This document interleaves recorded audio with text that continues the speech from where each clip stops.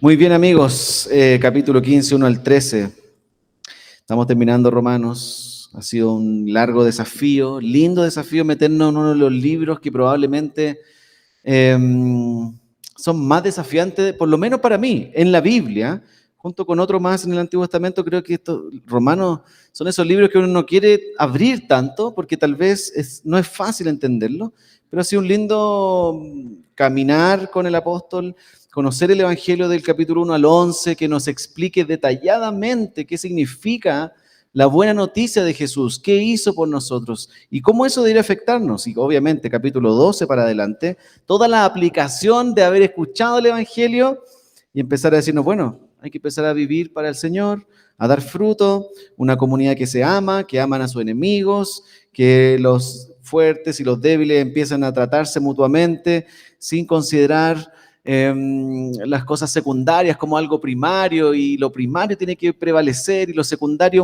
tenemos que morir a eso por amor a otras personas.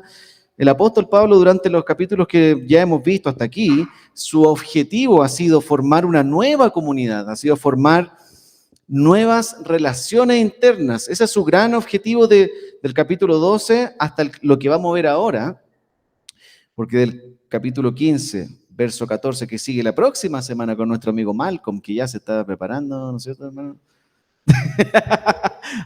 Tenía que predicar el próximo domingo, me dice. Sí, así que Malcolm ahí va a estar enseñándonos la palabra del Señor el próximo domingo. Vamos a estar viendo un poquito más ya la misión que tiene Pablo ahí de ir hacia otros lados, pero hasta aquí su otra misión en su mente es generar una comunidad sólida, que crece, que da fruto, y cómo viven internamente y aplican el Evangelio en la propia comunidad. Y eso es lo que vamos a estar viendo hoy día.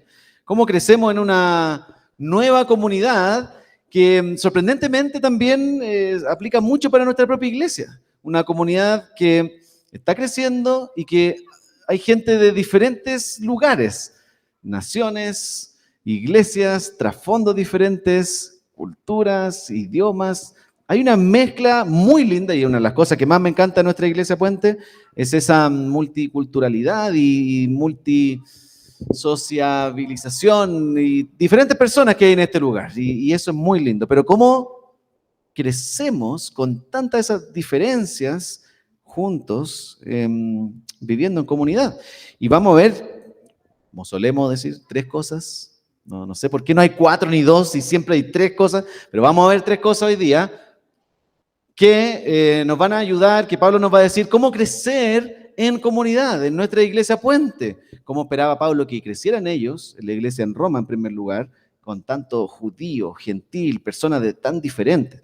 ¿Cómo crecemos en comunidad, juntos, en la iglesia Puente? Bueno, va a decirnos 3 cosas: sirviendo sacrificialmente, ese es uno de los primeros aspectos para crecer en comunidad. Servicio sacrificial. Orando por unidad, que es algo que ya estuvimos haciendo durante toda esta mañana, si te diste cuenta. Partimos, el José acaba de orar por la unidad y vivir en comunidad. Y 3, celebrando juntos. O sea, una cosa que me gusta hacer, celebrar. Pero te voy a explicar a qué me refiero también con celebrar. No es por el partido de Chile, ni necesario. Puede ser, pero hay algo más profundo que eso. Servir, orar, celebrar. Llévate esas 3 palabras hoy día para que en tu mente diga, wow, quiero crecer en esta comunidad. ¿Cómo ayuda a la comunidad a crecer juntos? Sirvamos, oremos, celebremos. Llévate esas 3 palabras por lo menos hoy día para tu casa. ¿A qué me refiero con sirviendo sacrificialmente? Los primeros versos del capítulo 15, el apóstol tiene ese énfasis. Especialmente, mira, el verso 1 y 2, ahí Pablo está animando a sus hermanos, y especialmente a los hermanos fuertes, ¿te diste cuenta? Aquellos que están creciendo en el Evangelio, que están dando fruto, que están entendiendo la obra de Jesús, los capítulo 1 al 11, lo están aplicando de mejor manera a sus vidas y están dando fruto. Esos son los fuertes, dice el apóstol, y le está animando a que sirvan de manera sacrificial a otros. Mira verso 1 y 2, los puse a continuación ahí. Gracias. Los fuertes en la fe debemos apoyar, y Pablo se agrega ahí.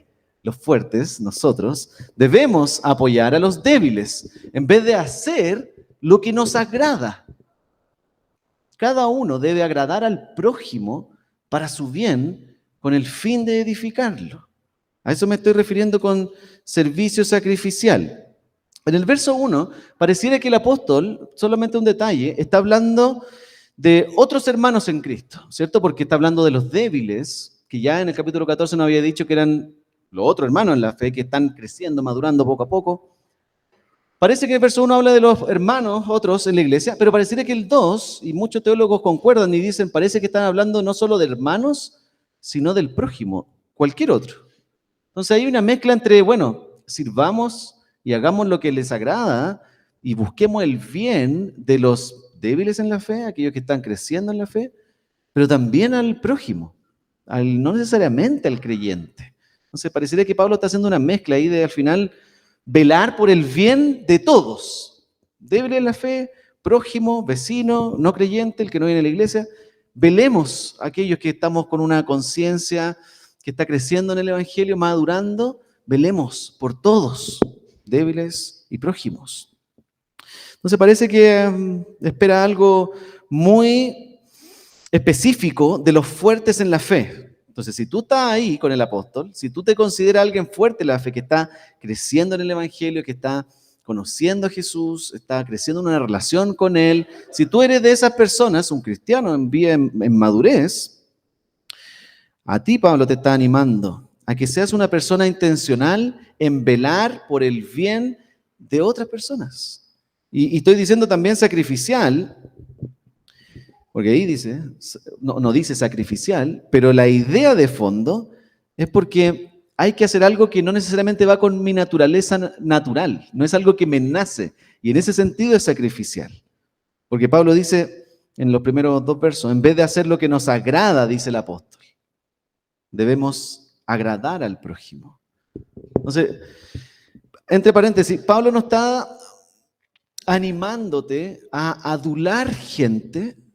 Agradar al prójimo no significa adúlalo, como dile siempre que está bien y vive en base a lo que el otro siempre piensa y tú tienes que limitarte de tal manera que hagas todo lo que el otro dice y tú no puedes expresar tu opinión. No es eso lo que Pablo está diciendo. En la Biblia hay 2 expresiones una de servir y agradar al prójimo y hay otro concepto bíblico que es agradar al hombre. Hay 2 conceptos bíblicos muy diferentes y no tienes que confundirlos. Agradar al hombre, generalmente en la Biblia, es pecado. Es vivir para lo que el otro piensa y dice. Lo que el otro piensa define mi identidad. Y eso es pecado, dice la Biblia en general. Lo que Dios dice es lo que me define. Pero agradar al prójimo no es lo mismo que lo anterior. Agradar al prójimo es buscar el bien del otro. Pensar en qué es mejor para el otro, incluso si para mí no necesariamente va a ser lo mejor. Si me saca de mi comodidad, si hace que tenga que ir la otra milla, eso es pensar y agradar al prójimo, porque es lo mejor para el otro. ¿Se entiende? Entonces, no confundamos el agradar al hombre como pecado y vivir para lo que el otro dice y me define, sino que vivamos agradando al prójimo, hacer el bien y buscar el bien del prójimo. Y eso es sacrificial, creo yo, que es lo que Pablo está diciendo. ¿Por qué? Porque tengo que estar dispuesto a poner el bien del otro por sobre el mío. Y eso creo que no es algo natural. Muchas veces va a implicar dejar de pensar en mí mismo, va a implicar dejar de preferir las cosas que me benefician a mí. Incluso si no me beneficia, tengo que estar dispuesto a pensar en el bien del otro. Va a implicar morir a mis propios deseos, mis propios gustos, mi propio tiempo, mi propia comodidad y deseos por el bien de los gustos y necesidades del otro. Va a tener que aprender, tú, cristiano, cristiana fuerte, que dice el apóstol, a pensar en cómo servir sacrificialmente a otros. Y eso, como te digo, no va a ser fácil, porque va en contra de nuestra propia esencia. No es lo primero que me nace cuando estoy con otras personas, el pensar primero en los beneficios del otro. No es algo que sale de ti. Hoy día me levanté con tantas ganas de hacer todo lo que otros necesitan. No es algo que respiras habitualmente. De hecho, ahora mismo podemos pensar cuando te estoy diciendo estas cosas. Pero siempre tiene que ser así, pastor. Como automáticamente cuando te digo esto, o por lo menos a mí me pasa que empiezo ya a pensar en cuáles son las excepciones para poder zafar y decir, bueno, pero no siempre así. Entonces me quiero quedar con las excepciones para hacer la regla, cuando estoy diciendo, no, sirve sacrificialmente a otros. Es lo que la Biblia nos está animando. ¿Qué pasa con lo que yo quiero, pastor? Bueno, sí, es importante, pero tienes que pensar, en primer lugar, dice el apóstol, en la vida en comunidad, para crecer juntos en el bien del otro. ¿Qué es lo que al otro le va a beneficiar para que crezca más en su fe? No es que tenga que hacer todo lo que el otro dice o sus deseos y gustos, porque aunque sean pecaminosos, no importa, vamos a agradar sus deseos. No, es todo lo que al otro le va a beneficiar para que crezca más a la imagen de Jesús y crezca en su fe y madure. Eso es lo que Pablo está diciendo. Y Pablo busca revertir justamente toda la actitud antibíblica que probablemente en la iglesia en Roma había, donde judíos y gentiles estaban más divididos que sirviéndose mutuamente. Y cada uno estaba pensando más en sus bienes y sus beneficios antes que decir cómo servimos mejor a los no judíos para que crezcan en su fe y viceversa. Y esa actitud antibíblica, anticristiana, quizás estaba imperando. Y Pablo está animando a que vamos a revertir eso. Y para revertir eso, no es solamente decirlo, sirve sacrificialmente y bueno, tienes que tener una motivación profunda del Evangelio para hacer eso. Y Pablo lo agrega en el verso 3 y 4. Dice ahí, porque ni siquiera Cristo se agradó a sí mismo. De ahí viene tu motivación, cristiano. Tu Señor ni siquiera pensó en su propio bien por tu bien, para salvarte, para rescatarte. Y ahí cita el Antiguo Testamento, sino que como está escrito, sobre mí han recaído los insultos de tus detractores. Entonces Pablo está poniendo el ejemplo de Jesús, y sigue más adelante. De hecho, todo lo que se escribió en el pasado, en el Antiguo Testamento, se escribió para enseñarnos, a fin de que alentados por la Escritura, perseveremos en mantener nuestra esperanza. A todo esto, según el verso 4, una de mis ideas es que podamos meternos después de Romanos al Antiguo Testamento, porque el mismo apóstol está diciendo todo lo que se escribió en el pasado, Antiguo Testamento, está ahí para alentarnos, para que perseveremos en nuestra esperanza. Entonces vamos a meternos al Antiguo Testamento muy pronto, si Dios quiere, próximo año. ¿Ya? Eso es un paréntesis. Pero hasta aquí el apóstol está usando el Evangelio, Jesús, el centro, lo que Él hizo en la cruz, para decirte, mira lo que Él estuvo dispuesto a hacer. Como tú piensas que no vas a estar dispuesto a servir de la manera en que tu Señor te sirvió a ti. Entonces el apóstol está aplicando el Salmo 69, que cita ahí, verso 9, a Cristo. Y mostrando que el Antiguo Testamento ya hablaba de Jesús, siempre el Antiguo Testamento habla de Jesús, prefigurando a alguien que vendría. Y anticipa una persona que iba a estar dispuesta a asumir un costo que no le era de sí mismo, a hacerse responsable por el pecado de otros que no le correspondía y recibir el rechazo y la oposición que no merecía recibir, con tal de salvar a los perdidos, a los débiles, a los que no estaban ni ahí con Dios. Entonces Pablo está ocupando el Evangelio para decirte, esa es la gran motivación, lo que Jesús hizo por ti es lo que es el carácter de la comunidad nueva, que empieza a vivir con otros. O como dice Paul Tripp, que podamos servirnos con un amor cruciforme, un amor que tiene la forma de la cruz, ahí, uno a otros. Entonces no solo servimos sacrificialmente para crecer en unidad, y ahí es donde tú tienes que evaluar tu propia actitud dentro de la comunidad que quiere crecer. ¿Eres tú parte de los que están sirviendo sacrificialmente o eres parte de los que están siendo servidos constantemente? No estoy creciendo en una relación con Jesús y entendiendo su sacrificio para poder vivirlo con otros. Eso tienes que evaluarlo tú en tu propio corazón. Pero no solo servimos sacrificialmente para crecer en unidad, también oramos por eso, que fue algo que hicimos recién hoy día, orar por unidad. Mira lo que dice los versos 5 al 6. Pablo hace una especie de oración ahí. Que el Dios que infunde aliento y perseverancia les concede vivir juntos en armonía, que no es la radio, ¿no es cierto? O sea, muchos amigos extranjeros, en Chile hay una radio que se llama Armonía y siempre ocupan ese verso, para que vivamos juntos en armonía. Esa es la radio Armonía, escúchenla, es muy buena, la hermana María Soledad, fiel hermana del Señor, sirviendo ahí en la oración. la radio, todo. Bueno, conforme al ejemplo de Cristo. Ahí está la comunidad que ora por unidad según el carácter de Cristo, para que con un solo corazón y a una sola voz glorifiquen al Dios y Padre de nuestro Señor Jesucristo. Me da la sensación que a veces la Teletón pesca la Biblia para sacarlo, ¿no se han dado cuenta? Como que toma la Biblia para hacer su eslogan, con un solo corazón y a una sola voz. Esos eslogan de Teletón están aquí en la Biblia, amigos, es lo que se espera de la comunidad cristiana. Pero lo que está haciendo Pablo aquí es orar por unidad. Y en su oración aprendemos que la unidad entre los cristianos es un regalo del cielo. ¿Te diste cuenta ahí? Que el Dios que infunde aliento y perseverancia les conceda vivir juntos. Que haya unidad en la Iglesia Puente es un regalo de Dios. Es su concesión para que la iglesia crezca y vean el carácter de Cristo entre ellos. Es una prueba de que Dios está obrando en su iglesia a través de su Hijo. Y toda la comunidad expresa el carácter sacrificial de Jesús al servirse mutuamente. Entonces, por ende, la unidad que queremos tener en nuestra propia iglesia, y ahí podríamos pensar, bueno, ¿tenemos verdadera unidad como Iglesia Puente? ¿O el hecho de estar juntos un par de horas el domingo, ¿esa es unidad eso? ¿O es solamente una reunión donde no necesariamente hay verdadera unidad?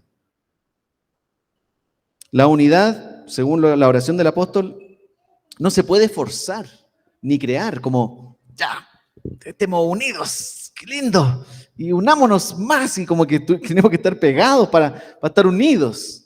No se puede generar la unidad a la fuerza. Dios lo hace a través de personas que están viviendo cada una vidas centradas en Jesús. Y eso empieza a producir unidad. Quiero estar, y hay algo más profundo que nos une, que no son nuestras afinidades o falta de afinidad, sino que es Jesús que nos une en el fondo. Y por más que seamos súper diferentes, hay un amor profundo por el otro ahí. ¿Se entiende? Entonces, mientras más buscamos seguir y parecernos a Cristo, más unidad va a haber. Eso es lo que te estoy tratando de transmitir. Pero mientras más buscamos la unidad sin Cristo, más divididos vamos a estar. Todo al revés. Si busco la unidad por unidad solamente, sin Jesús, va a haber división. Pero si busco a Jesús con todo, va a haber unidad, como fruto natural. Entonces los cristianos que están creciendo en una relación con Jesús, más conscientes, van a estar de buscar y de orar por la unidad de la comunidad. Pablo está orando aquí en estos versos como alguien fuerte en la fe. Él se autopone dentro de los fuertes en la fe. Y está orando por cosas que no solemos orar. Generalmente, y algo que a mí me pasa, probablemente a ustedes no les pasa, oro por mis propias necesidades, oro por mis propios planes, por mis propios deseos, por mis propias vacaciones, porque quiero que sean como yo quiero que sean. Pero Pablo está modelando una oración otrocéntrica en el verso 5 y 6, y no egocéntrica. Está orando por que sus hermanos crezcan en unidad. Y es un desafío para nosotros quizá, durante la semana. ¿Cuál es mi contenido de oración diario y semanal? ¿Está centrado en mi propia persona, en mis propios deseos? ¿O en la comunidad y los deseos del otro? ¿Sé lo que el otro necesita para estar orando por el otro? ¿O pedimos otro motivo de oración para copuchar nomás, no? Para estar orando. Para estar orando, quería saber nomás. ¿No? Pablo está moldeando una oración otrocéntrica. Quiere que sus hermanos crezcan en unidad. Y no una unidad superficial basada, como te digo yo, en nuestras afinidades, nuestros gustos, nuestro equipo de fútbol que son los mismos, música, series de Netflix que estamos viendo. No ese tipo de unidad en base a las cosas que nos gustan, como que haga ese justo match y somos súper unidos porque estamos con las cosas que nos gustan al mismo tiempo. Sino unidad basada en el Evangelio, en la obra de Jesús. Por eso dice, conforme al ejemplo de Cristo Jesús. Eso da profundidad a nuestra unidad y a nuestras propias relaciones. Si solo te relacionas con otro en base a las cosas que te gustan, van a ser relaciones muy superficiales. Y que cuando cambien esos gustos, la etapa en la vida, no va a haber genuino interés en las relaciones con otros. Pablo está animando a que haya un genuino interés profundo gracias a la obra de Cristo, incluso en medio de nuestras diferencias. No tenemos nada, siempre conversamos esto con la Mayo, no tenemos nada en común con la Mayo, como parecido, y como somos tan diferentes, y hablamos con unos amigos anoche, somos tan diferentes. Si no fuera por Cristo, que es lo que nos une en la profundidad de nuestras diferencias. Y gracias a esa profundidad en Jesús, podemos celebrar la diferencia del otro. ¡Ay, qué bueno que seas diferente a mí! Qué rico que te guste esta serie y ese tipo de cosas. A mí me gusta otra, pero qué bueno que a ti podemos celebrarla en vez de verlo como un obstáculo para mis deseos. ¡Wow, qué lata! ¿Por qué no se parece más a mí? Como que ese egocentrismo, así como quiero que todos sean iguales a mí. Ups. Le moví el mate ahí a mí. Tim Keller dice, los cristianos pasivos no van a experimentar mucha unidad.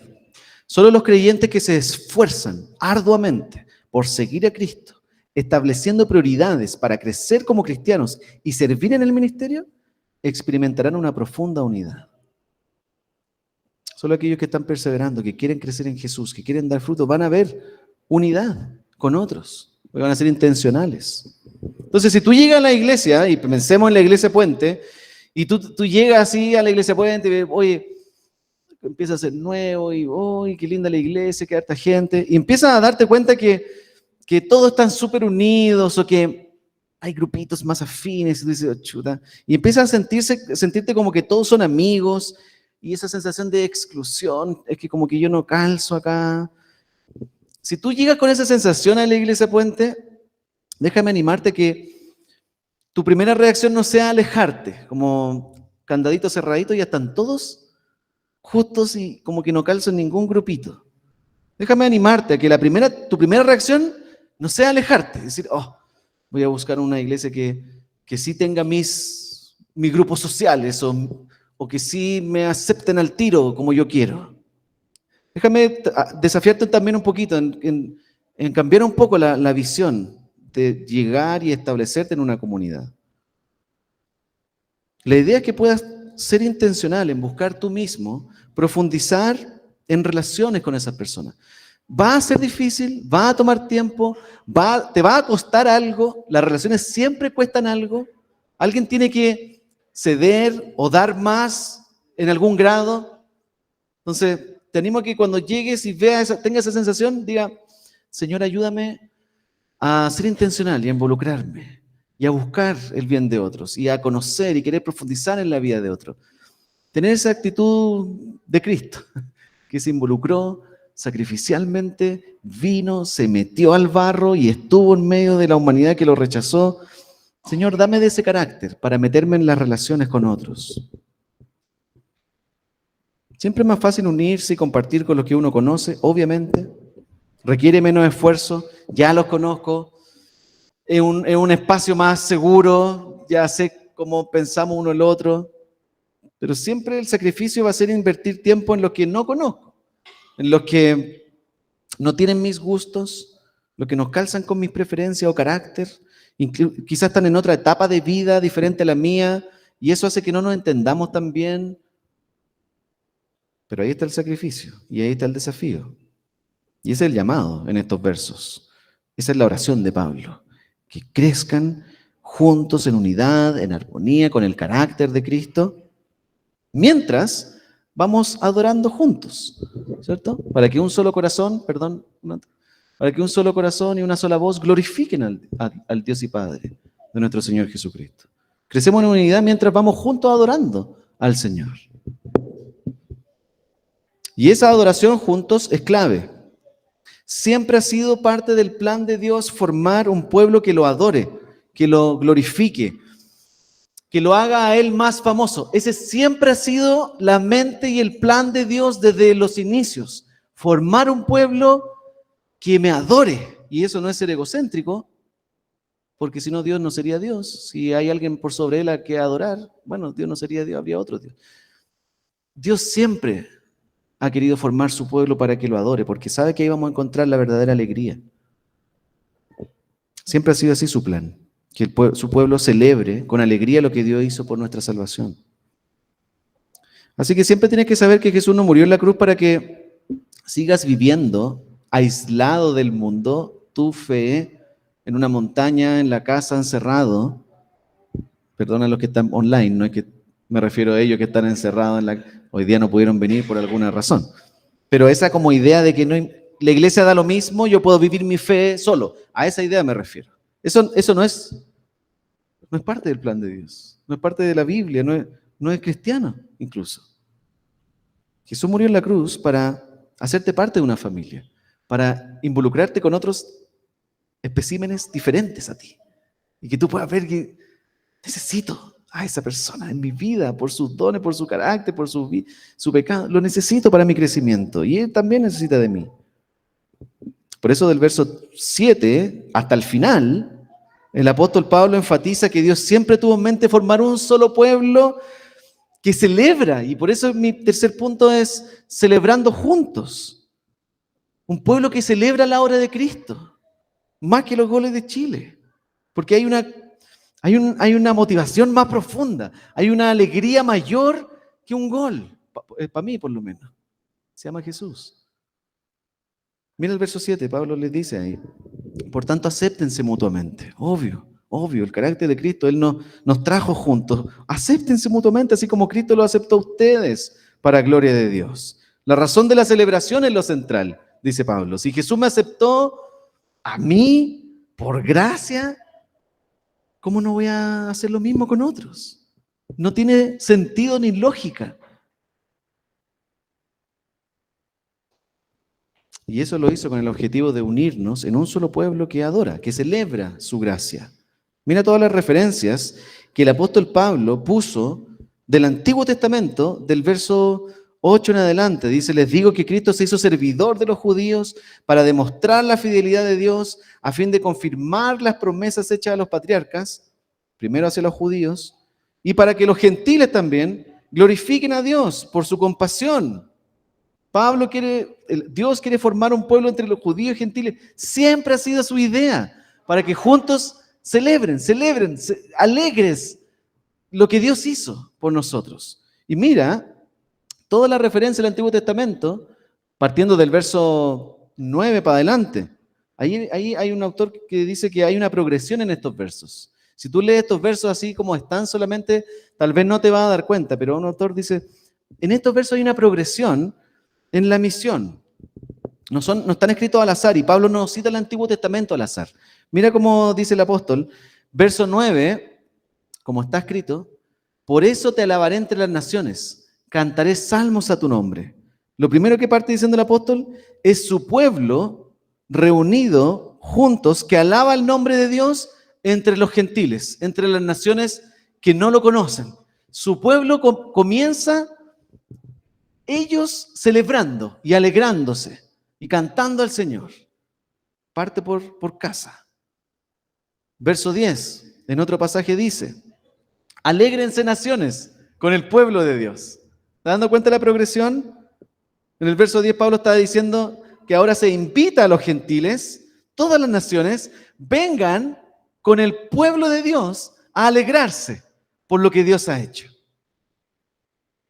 Verso 11, y en otra parte, alaben al Señor, naciones todas, pueblos todos, canten la alabanza. Aquí ya hay una unidad donde los judíos y los gentiles están conectados en un solo pueblo y todos juntos alabando a Dios. Y por último, verso 12, a su vez Isaías afirma, brotará la raíz de Isaí, papá de David, y de David venía el que se levantará para gobernar a las naciones. En él los pueblos pondrán su esperanza. Por último, dice el apóstol, Dios va a ser glorificado por todos, judíos, gentiles, puente altino, floridano, pircano, argentino, chileno, brasileño, por todos van a ser adorados, glorificados, y todos van a poner su esperanza en el Hijo, que va a gobernar a las naciones. ¿Estás dando cuenta de la progresión? Todo parte con el pueblo, su propio pueblo, alabando el nombre de Dios.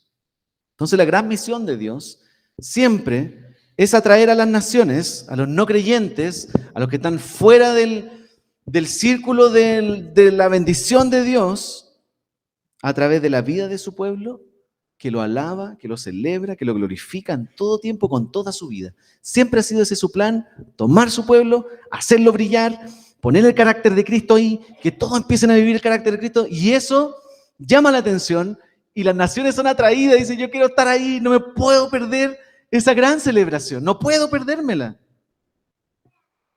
Llenos de alegría, si te das cuenta el último verso ahí, llenos de alegría, rebosando en esperanza, para que adoren al Rey Jesús por su grandeza. Así termina el apóstol, que el Dios de la esperanza los llene de toda alegría. Algunos que necesitan escuchar eso hoy día. Los llene de toda alegría. Si vaya al griego, eso significa alegría. No hay otra expresión ahí. Alegría, alegre, ¿ya? Y paz a ustedes que creen en Él, para que rebosen de esperanza por el poder del Espíritu Santo. No, pelando harto mi amiga Esperanza, y siempre sale harto en Romanos, pero tú tienes el nombre más lindo de la Biblia, el Dios de la esperanza, ese es nuestro Dios, y para que rebosemos en lo que esperamos, a eso se refiere el apóstol. John Piper dice, tiene un libro que se llama Alégrense las Naciones, y el llamado de las misiones para ir a buscar a los que no están alegres, a los que están tristes, esclavizados al pecado, que no ven ninguna esperanza en este mundo. Piper tiene todo un libro para hablar de eso. Y dice que el fin último del ser humano es la adoración. Él dice, las misiones, ir hacia los no creyentes, no son el fin último de la iglesia. Perdona a los misioneros que tienen toda la pasión de ir a misionar, súper bien, pero Piper dice, las misiones no son el fin en sí mismo, el objetivo último es la adoración. Las misiones existen porque no hay adoración. Cuando esta era se acabe y los millones de redimidos se postren ante el trono de Dios, las misiones dejarán de existir. Entonces la misión es ir para que otros adoren, ese es el objetivo final, juntos, con el mismo pueblo de Dios.